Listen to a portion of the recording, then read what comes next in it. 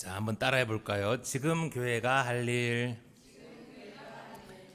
지난 6월 3일 날 2023년 빌리그레암 전도대회 50주년 기념대회가 서울 상암동 월드컵 경기장에서 열렸습니다. 한 7만 명 정도가 모였는데요. 사랑의 교회 오정현 목사가 개회 선언을, 여의도 순복음교회 이용훈 목사가 개회 기도를, 명성교회 김사만 원로 목사가 축도를 했습니다. 빌리그레암 목사의 아들 프랭클린 목사가 설교를 했고요. 옆에 나란히 선 김사만 목사의 아들 김하나 목사가 통역을 했어요. 이날 대회장이었던 오정현 목사는 합심 기도 시간에 다시 한번 이 민족이 영적 강국이 되게 하여 주시길, 이 민족이 제사장 나라가 되게 하여 주시길, 다시 한번 한국 교회의 사역과 믿음의 전성기가 회복되길, 주의 부흥과 주의 영광이 한국 교회에 가득하게 해달라고 합심해서 기도를 했습니다. 50년 전 100만이 모였던 그 영광이 재현되길 바라며 다들 뜨겁게 기도를 했는데요. 어떻게 여러분, 하나님이 그 기도를 들어주실까요? 코로나에 이은 금리 상승과 경기 침체로 고통 속에 있는 사람들이 여전히 이렇게나 많은 이때, 지금 교회가 할 일이 50년 전 영광이 재현되길 바라며 대형 집회를 열어 그 새해를 과시하는 것일까요? 아마 그들은 사람들에게 빌리그레암 목사에 이어서 아들 프랭클린 목사에게로 그 사역이 이어지는 모습을 보여주면서 지금 여기저기서 진행되고 있는 교회의 세습 또한 아름다운 승계라고 말을 하고 싶었던 것은 아닐까요? 얼마 지나지 않아 우리 통합교단 총회 임원들이 9월에 있을 교단 총회를 헌법에서 금지한 세습을 강행하고도 여전히 반성하지 않고 회개하지 않는 명성교회에 장소를 제공해달라고 부탁을 했고, 부끄럽게도 명성교회에서 우리 교단 총회가 다시 열리게 되었습니다. 부끄러움을 상실한 교회는 도대체 어디까지 추락한 모습을 보이려고 하는지 참 마음이 안타깝습니다. 37절의 말씀을 우리 다시 한번 듣겠습니다.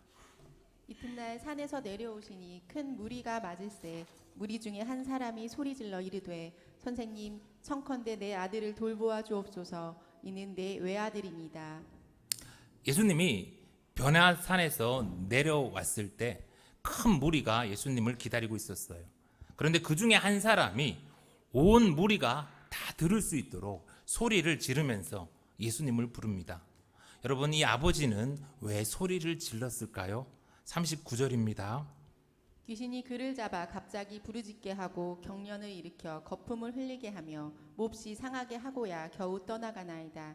당신의 제자들에게 내쫓아 주기를 구하였으나 그들이 능히 못하더이다. 자기 아들이, 하나뿐인 아들이 귀신에 사로잡혀서 너무나 괴롭힘을 당하고 있었기 때문이죠.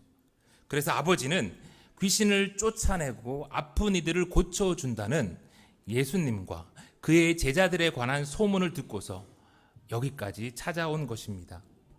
그런데 어렵사리 제자들을 찾아서 귀신을 좀 쫓아내어 주기를 부탁을 했는데 제자들이 쫓아냈습니까? 못 쫓아냈습니까? 쫓아내지 못해요. 그래서 아버지는 마지막 소망을 담아 예수님께 소리를 지르며 좀 쫓아내달라고 간청을 하게 된 것이지요. 바로 전 9장 6절을 보니까요, 제자들이 나가서 각 마을을 두루 다니며 곳곳에 복음을 전하며 병을 고쳤죠. 그런데 얼마 지나지 않았는데 지금은 왜 귀신을 쫓아내지 못하는 걸까요? 여러분, 제자들이 귀신을 쫓아내며 병을 고칠 수 있었던 그 이유는 그들이 9장 1절의 말씀대로 예수님께 모든 귀신을 제어하며 병을 고칠 수 있는 그 능력과 권위를 받았기 때문이에요. 그런데 지금은 왜 안 돼요? 예수님께 받은 그 능력과 권위가 계속 있었다면 제자들이 오늘도 귀신을 쫓아낼 수 있었겠죠. 그런데 불과 며칠 지나지 않았는데 받은 능력과 권위가 다 사라져 버린 거예요. 우리는요, 주님께 받은 능력과 권위가 항상 우리와 함께 하는 줄 그렇게 생각합니다. 그러나 아닙니다.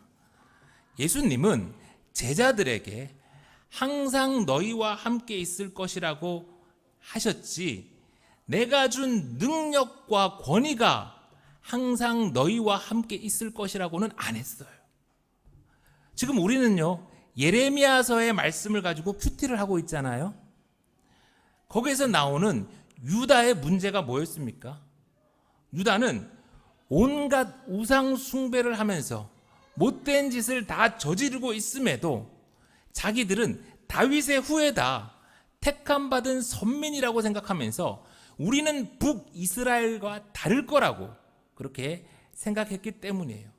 더욱 이 유다를 완악하게 했던 것은 100년 전 북이스라엘을 멸망시켰던 아수르가 예루살렘도 침공해서 포위했지만 하나님이 그 아수르의 군대 18만 5천 명을 하루아침에 전멸시켜버린 그 승리의 기억, 구원의 기억이 모두의 가슴속에 강하게 박혀 있었기 때문이죠. 우리는 택함받은 백성들이다. 우리 예루살렘에는 야훼 하나님의 성전이 딱 있고 그 성전에서는 계속해서 예배가 드려지고 있으니 우리는 언제까지나 평안할 것이다라는 생각이 우상을 섬기며 수많은 죄를 저지름에도 불구하고 하나님의 능력과 권위가 영원히 항상 우리와 함께 할 것이라고 그렇게 생각하게 했어요. 너희들은 심판받아 멸망할 것이니 바벨론에 항복해라. 그렇게 계속해서 선포하는 예레미야의 말씀도 무시하다가 유다는 결국 바벨론에 의해서 비참하게 멸망당하고 말았죠. 여러분, 물론 하나님이 다윗에게 언약을 하셨죠. 사무엘하 7장 14절을 볼게요. 나는 그에게 아버지가 되고 그는 내게 아들이 되리니 그가 만일 죄를 범하면 내가 사람의 매와 인생의 채찍으로 징계하려니와 내가 내 앞에서 물러나게 한 사울에게서 내 은총을 빼앗은 것처럼 그에게서 빼앗지는 아니하리라. 내 집과 내 나라가 내 앞에서 영원히 보존되고 내 왕위가 영원히 견고하리라 하셨다 하라. 하나님은요, 다윗에게 내 집과 내 나라가 영원히 보존되고 내 왕위도 견고하리라고 정말 약속을 하셨습니다. 그런데요, 다윗의 집과 나라는 레파네카, 여기에 한글로 내 앞에라고 번역되어 있는 야훼 하나님 앞에 있을 때, 하나님의 관계가 바로 될 때 영원히 보존되고 견고한 것이에요. 다윗에게 주신 이 언약은 하나님 앞에 온전했던 예수 그리스도를 통해서 이루어지고 영원히 지속되었지, 그저 다윗의 유전적 후손이라고 영원히 보장된다는 말은 아니었어요. 그런데 남유다 왕과 백성들은 멋대로 착각 속에 살다가 멸망했죠. 여러분, 아브라함과 다윗의 후손이라 하더라도, 예수님이 친히 기도하시며 뽑은 12제자라 하더라도 하늘의 능력과 권위가 영원히 지속되는 것은 아닙니다. 그런데 한국 교회가 뭐라고 하늘의 능력과 권위가 영원한 것처럼 우만방자하게 행동하고, 또 그 능력과 권위가 마치 자기 것인 양 자식에게, 가까운 이들에게 나눠주고, 그런 이들을 향해서 예수님이 뭐라고 하십니까? 41절의 말씀입니다. 예수께서 대답하여 이르시되 믿음이 없고 패역한 세대여, 내가 얼마나 너희와 함께 있으며 너희에게 참으리요. 내 아들을 이리로 데리러 오라 하시니. 수만 명이 때로 모여서 큰 소리로 외쳐도 예수님은 그들을 향해서 믿음이 없고 패역한 세대라고 하십니다. 패역한 세대, 여러분, 하나님은요 예레미야를 통해서 유다를 가리켜서도 똑같이 말씀하셨어요. 예레미야 3장 11절에 보니까 여호와께서 내게 이르시되 배역한 이스라엘은 반역한 유다보다 자신이 더 의로움이 나타났으니.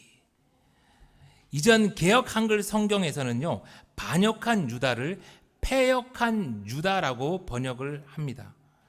앞에서는 성전도 짓고 예배도 드리지만 뒤로는 바알과 아세라를 섬기면서 온갖 더러운 짓을 한 그 유다를 하나님은 멸망한 북이스라엘보다 더 나쁜 패역한 세대라고 나무라시는 거예요. 100년 전 이 땅의 교회는 비록 적은 숫자였지만 하늘의 능력과 권위가 있었습니다. 그런데 시간이 흐르며 한국 교회는 번듯한 예배당과 많은 사람과 큰 힘을 가지게 되었지만 뒤로는 돈을 우상으로 섬기고 온갖 더러운 짓을 했죠. 그러면서도 50년 전 영광에 사로잡혀서 하나님이 우리 교회를 벌릴 리 없다 착각하고 뻔뻔하게도 다시 그 영광을 달라 하고 때를 쓰고 있어요. 여러분, 그런 기도를 하나님이 들어주실까요? 계시록 18장 4절의 말씀입니다. 또 내가 들으니 하늘로부터 다른 음성이 나서 이르되 내 백성아 거기서 나와 그의 죄에 참여하지 말고 그가 받을 재앙들을 받지 말라. 아무리 인테리어가 예쁘고 아무리 근사한 음악이 있어도 가라앉는 타이타닉은 떠나는 것만이 살 길이듯 부끄러움을 모르고 심판을 앞둔 교회는 떠나는 것만이 살 길이래요. 여러분, 우리 42절의 말씀을 계속해서 보겠습니다. 올 때에 귀신이 그를 거꾸로 뜨리고 심한 경련을 일으키게 하는지라. 예수께서 더러운 귀신을 꾸짖으시고 아이를 낳게 하사 그 아버지에게 도로 주시니 사람들이 다 하나님의 위엄에 놀라니라. 아무것도 하지 못한 제자들과 달리 예수님께서는 더러운 귀신을 꾸짖으시고 아이를 낳게 하사 아버지에게 돌려주십니다. 여러분, 예수님이 제자들과 뭐가 다르지요? 물론 예수님이 하나님이시니까 귀신을 쫓아내는 것은 당연합니다. 그러나 한 가지 더 예수님이 우리에게 보여주신 게 있었어요. 바로 이 일이 있기 전에 예수님이 무엇을 하셨냐면요, 9장 28절에 이 말씀을 하신 후 8일쯤 되어 예수께서 베드로와 요한과 야고보를 데리고 기도하시러 산에 올라가사 기도하실 때에 용모가 변화되고 그 옷이 휘어져 광채가 나더라. 예수님은 산에 올라가서 기도를 하셨어요. 어떤 목사처럼 수만 명이 모여 있는 그 경기장에서 다시 영광을 달라, 다시 부흥을 달라 기도하는 것이 아니라 무리를 떠나 조용히 산에 가서 기도하십니다.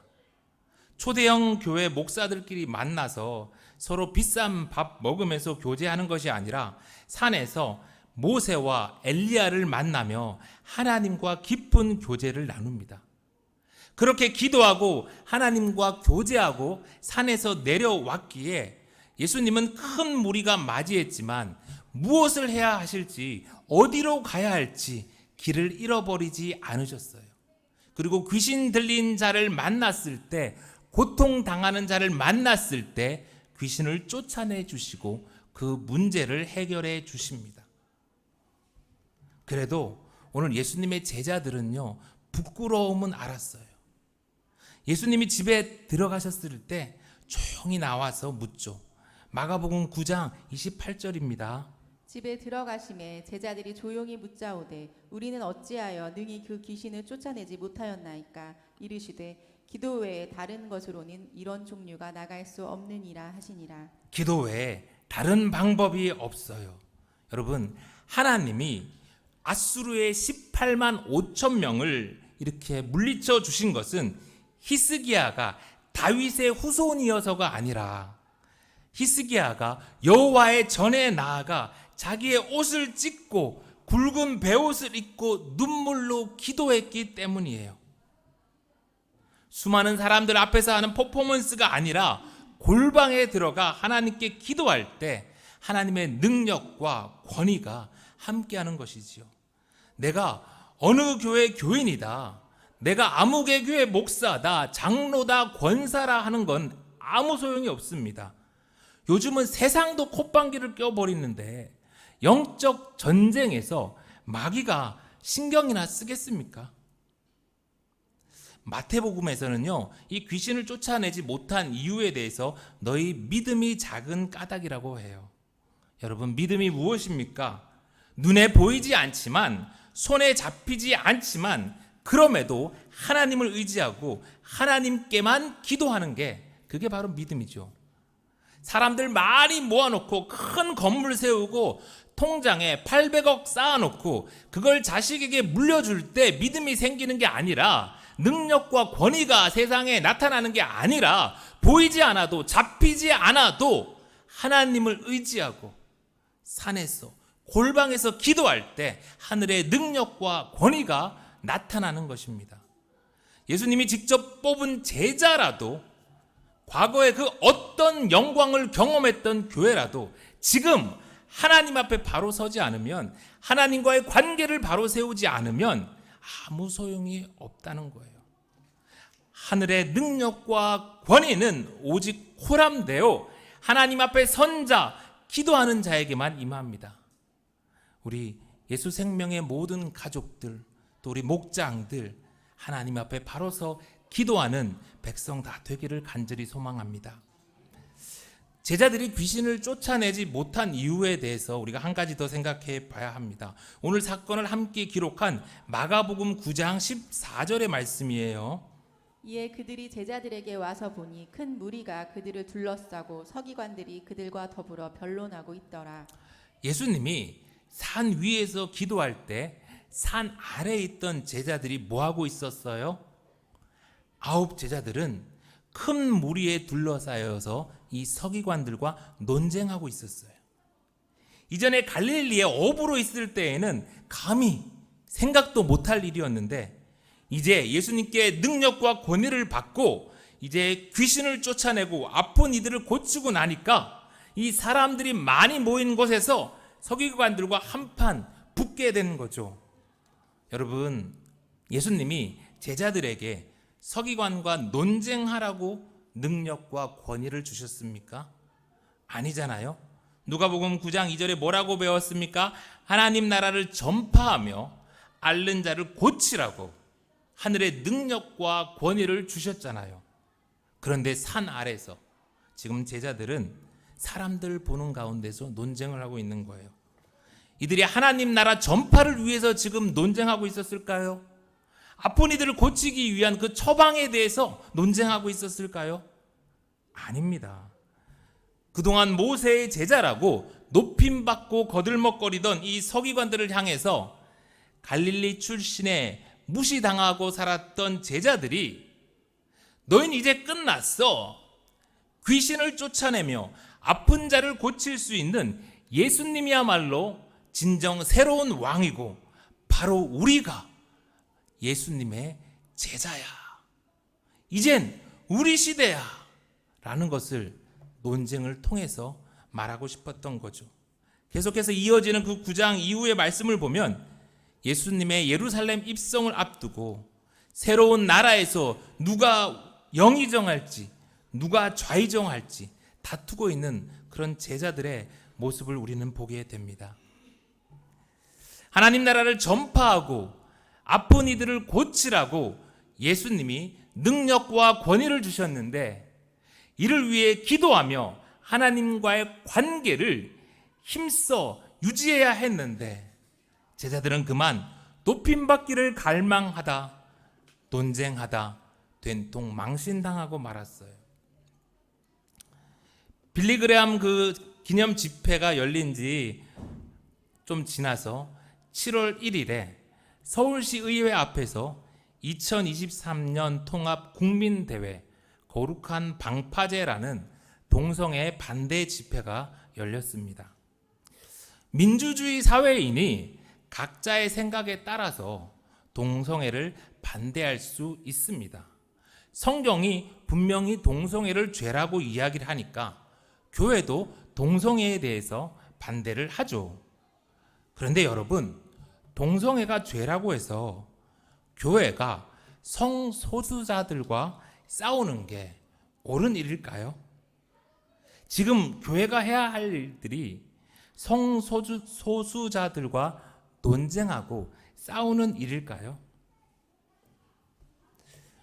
교회가 성소수자들과 왜 싸울까요? 사람들은 이야기합니다. 교회가 동성애 때문에, 나라가 동성애 때문에 망할까봐 그런다고. 그런데 여러분, 정말 교회가 동성애 때문에 망할까요? 어제 큐티한 예레미야 5장 1절의 말씀은 이렇게 이야기를 합니다. 너희는 예루살렘 거리로 빨리 다니며 그 넓은 거리에서 찾아보고 알라. 너희가 만일 정의를 행하며 진리를 구하는 자를 한 사람이라도 찾으면 내가 이 성읍을 용서하리라. 교회도 나라도 동성애 때문에 망하는 게 아니라 정의를 행하며 진리를 구하는 한 사람이 없어서 망한대요. 어두움이 온 방을 가득 덮어도 촛불 하나가 그 어두움을 몰아내듯이 교회는 동성애 때문이 아니라 교회가 빛을 잃어서, 거룩을 잃어서 망하는 거예요. 교회가 하나님 아닌 돈을 우상으로 섬기고 탐욕에 눈이 멀어 세습을 자행하면서도 부끄러움을 모르기에 망하는 것이죠.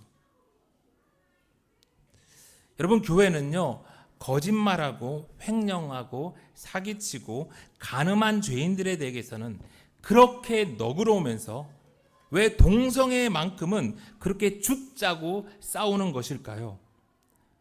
목사들이 세습에 대해서는 침묵하면서도 왜 동성애 문제에 대해서만 그렇게 핏대를 세우고 사람들을 투쟁으로 몰아가는 걸까요?